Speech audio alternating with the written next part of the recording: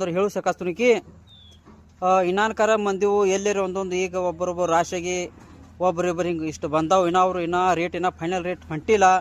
ಆದ ಕಾರಣ ಇನ್ನೂ ಒಂದು ಬರೋ ಅಟೋಡ ಅಂದ್ರೆ ಇನ್ನೂ ಬರೋ ಸೋಮವಾರ ತನ ಮಾಲ್ ನೀವು ಇಟ್ಕೊಂಡು ಇಡ್ರಿ.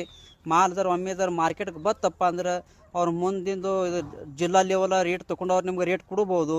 ಈಗ ನೀವು ಸಡನ್ ನೀವು ಡೈರೆಕ್ಟ್ ಹಾಕಿದ್ರಪ್ಪ ಅಂದ್ರೆ ಹೆಚ್ಚು ಇಲ್ಲ ಕಮ್ಮಿ ಇಲ್ಲ ಒಂದು ನಾರ್ಮಲ್ ರೇಟ್ಲಿ ಅವ್ರು ತೊಗೋಬೋದು.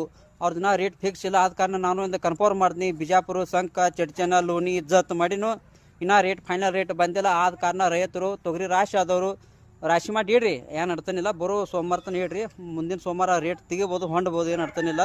ಇನ್ನೂ ರೇಟ್ ಫೈನಲ್ ಇಲ್ಲ. ನಾ ಇಷ್ಟು ಹೇಳಿ ವಿಡಿಯೋನ ನಿಂದಿರ್ತೀನಿ. ಧನ್ಯವಾದ. ಮತ್ತು ಹೇಳೋದೇನಪ್ಪ ಅಂತಂದ್ರೆ ಇಂದ ಮತ್ತು ನಾಳೆ ಭಯಂಕರ ಥಂಡಿ ಹಾದ 2-3 ವರ್ಷ ಹಿಂಗೆ ಎಂದೂ ಥಂಡಿ ಬಿದ್ದೈತಲ್ಲ. ಇಂದ ಮತ್ತು ನಾಳೆ 2 ದಿನ ಆ ಲೆವೆಲ್ದಾಗ ಥಂಡಿ ಬೀಳೋದೈತಿ. ಎಲ್ಲರೂ ತಮ್ಮ ಮನೆಯಲ್ಲಿ ವಯಸ್ಕರ ಮನುಷ್ಯರು ತಾವು ಕೂಡ ಇಲ್ಲಿ ಹೊರಗೆ ಪ್ರವಾಸನ ಮಾಡಬೇಡಿ. ನಾನು ಎಷ್ಟು ಫಾಸ್ಟ್ ಮಾತಾಡ್ದೇಕಪ್ಪ ಅದನ್ನು ಶಾರ್ಟ್ಕಟ್ ಒಳಗೆ ವಿಡಿಯೋ ಮುಗಿಸ್ತಾ ಇದ್ದೀನಿ. ಧನ್ಯವಾದ. ನಾನು ಯೂಟ್ಯೂಬ್ ಚಾನಲ್ಗೆ ಸಬ್ಸ್ಕ್ರೈಬ್, ಲೈಕ್, ಶೇರ್, ಫಾಲೋ ಮಾಡಿರಿ.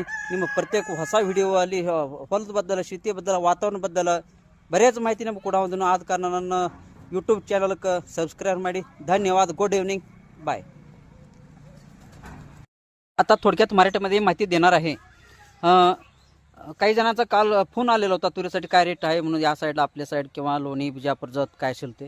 एवढं सांगू शकतो की सर्व शेतकऱ्यांना जे कोणा शेतकऱ्याचा तुरीचा रास झालेला आहे त्यांनी अजून ठेवावे. त्यांना जर गरज असलं तर लवकर घालावे. तरी पण मार्केटमध्ये अजून आवक कमी असल्याने अजून रेट फायनली नाही आहे. त्यासाठी तुम्ही विचार करा, नाही तर 4 दिवस थांबा. 4 दिवस झाल्यानंतर आवक वाढतो, रेट आपल्याला नक्की ते भेटून जाईल एवढे सांगतो.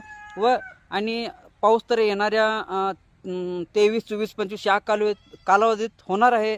उद्या ते व्हिडिओ मी फायनली टाकणार आहे. पाऊस कुठे होईल, कसा होईल, काय वातावरण राहील, थंडी कमी, वातावरण कुठे चक्रीवादळ कुठं जातो, कुठे थांबतोय आणि कधीपासून थंडी चालू होईल सविस्तर माहिती उद्या संध्याकाळी देणार आहे. त्यासाठी तुम्ही आपल्या माझ्या यूट्यूब चॅनलला सबस्क्राईब करून like, share button, bell icon घंटी दाबायला विसरू नका. धन्यवाद.